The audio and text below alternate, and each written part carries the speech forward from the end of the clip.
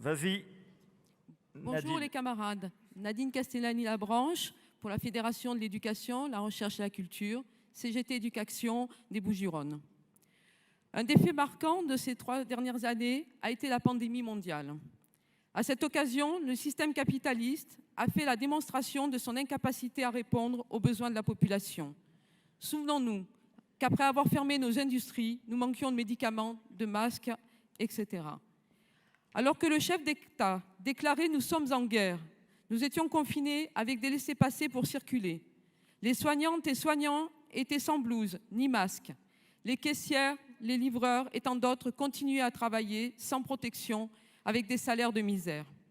Celles et ceux que l'on a appelés les premières lignes, les indispensables, n'ont reçu en guise de remerciement que mépris de la part du gouvernement qui, une fois la crise sanitaire passée, les a vite oubliés.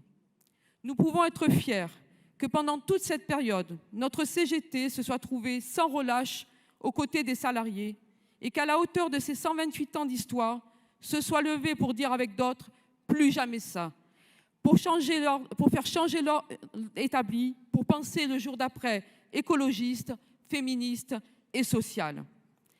Écologiste, car les questions environnementales et l'urgence climatique sont indissociables de nos combats pour le progrès et la justice sociale. C'est un combat contre les 1% les plus riches qui pillent la planète et appauvrissent les 99% restants et restantes. Bref, un combat contre le capital. Féministe, car pour instaurer un monde plus juste, respectant l'égalité des droits de toutes et tous, nous devons combattre toute forme de domination, d'exploitation que la société capitaliste et patriarcale impose. Et là aussi, nous pouvons être fiers que notre CGT, qui porte un féminisme de lutte, rende incontournables les questions d'égalité femmes-hommes, avec en point d'orgue la grève féministe du 8 mars, aujourd'hui ancrée dans le paysage des mobilisations, une grève que nous devons porter collectivement avec encore plus de force. Toute cette période, la CGT a démontré que le syndicalisme n'était pas mort, n'en déplaise à nos ennemis de classe. Et nous en faisons encore la preuve dans notre lutte contre la réforme des retraites. A contrario d'un syndicalisme rassemblé de façade, la démarche unitaire dans les luttes, avec une intersyndicale forte et la plus large possible, est une des clés pour nous conduire à la victoire. Cela ne signifie pas que notre CGT doit mettre de côté sa démarche syndicale et son projet de transformation sociale, mais cela veut dire que même si nous marchons séparément, nous sommes capables de frapper ensemble. Et c'est ce qu'apprécient dans ce mouvement que nous vivons les salariés et une large majeure partie de la population.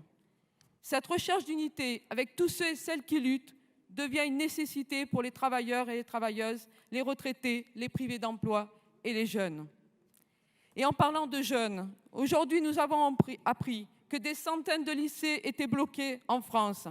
Bravo à eux, à elles, ces jeunes qui s'émancipent dans la lutte, malgré une répression qui s'est déjà abattue sur eux et sur elles. Mes camarades, vive la lutte des classes, vive le 53e congrès, vive la CGT. Merci Nadine.